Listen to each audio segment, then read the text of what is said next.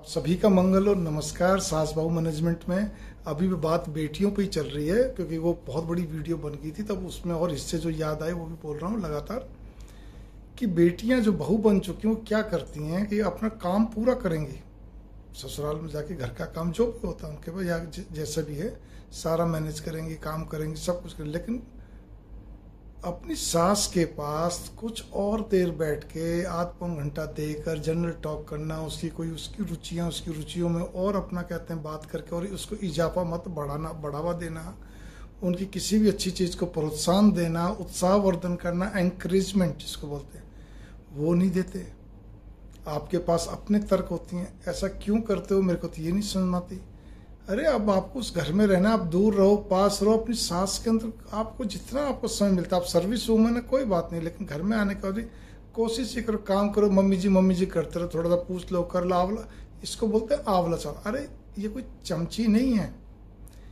हर बड़े बुजुर्ग को अच्छा लगता है, आपके घर में भी अच्छा लगता है अगर आप अपनी मम्मी को बार बार पूछते रहो, करती रहोगी, तो आपको करना चाहिए। उसकी जब बेटी आती है और आपकी ननंद आती है तो आप ठीक है, वैसे तो सारी बात करोगे, लेकिन फिर वही चीज़ है कि आप उनके साथ ज़्यादा मतलब कहते हैं सम्मिलित नहीं होती। जब वो माँ बेटी बात करती, कोई बात नहीं, अच्छी बातें करने दो, लेकिन एक गहरी रुचि रखना, वो नहीं रखती। और कभी कभी आपके दिमाग में कोई ना कोई नेगेटिविटी बैठ जाती है कि ये पता नहीं क्या इतनी बातें करती हैं, मेरे लिए कर रही होंगे, आज तो मम्मी जी ने मुझे ये वाली बात कही, जरूर क्यों ऐसा इतना सोचना, क्यों करना। आप भी उतनी रुचि लो, आप भी सब कुछ क्या कहते हैं उनके अंदर रहो।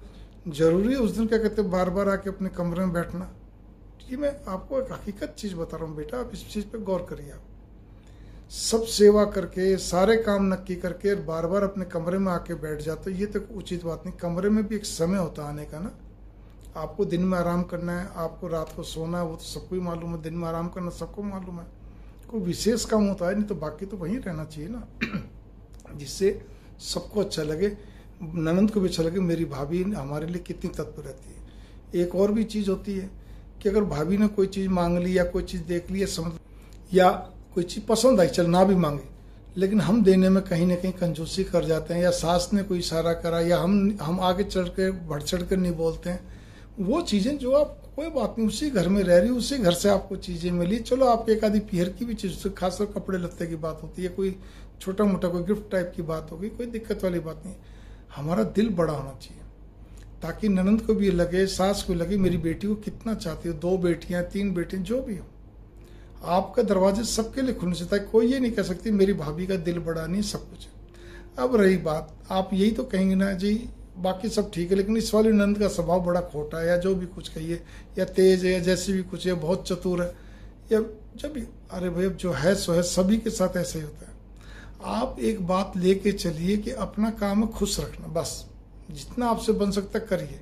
अगर वो कहते हैं ना तन मन धन से, आपके पास तो यही है, तन से आप सेवा कर रही है, मन से सबको खुश रख रही हैं, ठीक है ना।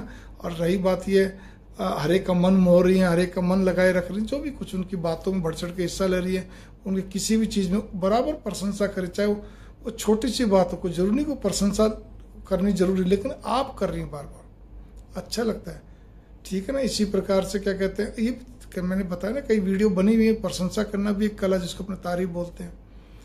इसके अलावा सबसे बड़ी चीज़ है, कहीं खर्चे की बात आ जाती है, धन की जो बात है, तो आप कहीं भी मुंह नहीं पिचकाती हैं, आपके माथे पे सल नहीं पड़ता, चेहरा उतरता नहीं है, तो इस चीज़ पे भी गौर करके चलिए। फट करती दिल खोल के तैयार है। अगर आपकी ननंद को किसी चीज़ की जरूरत रहती है, सब कुछ, तो आप पूरा ध्यान रखती हैं, दूर चाहे वो दूर भी रह रही है, पढ़ाई होगी, शादी होगी तब भी आप पूरा उसका ध्यान रखती हैं, टाइम टू टाइम उसको वो चीज़ें भेजना करना, सारी चीज़ें दिल खोल के लग रही थी, तो आपके पति को भी खुशी होती है कि देखो मेरी पत्नी मेरी बहन का कितना ध्यान रखती है। ये भी एक स्वभाव होता है, ठीक है ना, ठीक है, हर एक की अपना अपना स्वभाव था, लेकिन आपकी बात कर रहा हूँ मैं। आप इस सारी बात जो मैं 2 वीडियो में बोला हूँ, ये बात आप ये सोचोगे, अगर आपकी भाभी आपकी मम्मी के साथ अगर आप जो बातें बोली अगर वैसे ही व्यवहार करते, तो कितना आपको खुशी मिलेगी। आप इस बात पे गौर करो कि मेरी भाभी कितनी अच्छी है, मेरा भी ध्यान रखती है, मेरी मम्मी का भी ध्यान रखती है, पापा का भी, भैया का भी, देवर का, ये होता है। और ठीक इसके विपरीत हो, जैसे मैंने पहली वीडियो में बताया आपको मैंने, तो फिर बट नेचुरल आप कितनी बूझी रहेंगी, फिर मम्मी बार बार आपको बताती रहेगी, तो इससे मन खिन्न होता है। तो इसीलिए हम किसी को अपना बना सकें, उसका बन सकें, उसके लिए कुछ कर सकें, इस जतन में रहना चाहिए, ना कि कहते टांग खिंचाई, नुक्ताचीनी और क्या कहते हैं जिसको कहना चाहिए भाई कोई ना कोई कमियां निकालना, इन चीज़ों में नहीं रहना चाहिए। और कोई ऑफिस नहीं जिसमें हम क्या कहते हैं बिल्कुल ही एकदम से जी मैं तो सच सुनना पसंद करती हूँ, सच ही बोलूँगी। जैसे मैंने पहले बताया ना, हर क्यों का जवाब लेना, स्पष्टीकरण लेना, तर्क वितर्क मत करिए आप, कोई फायदा नहीं इन बातों में। ठीक है, मंगल कामनाएं, नमस्कार। आशा है इन दोनों वीडियो से मेरी प्यारी बच्चियों आप बहुत कुछ आप समझ जाएंगी कि दुविधा कहाँ आती कहाँ नहीं आती। ठीक है, मंगल कामनाएं, नमस्कार।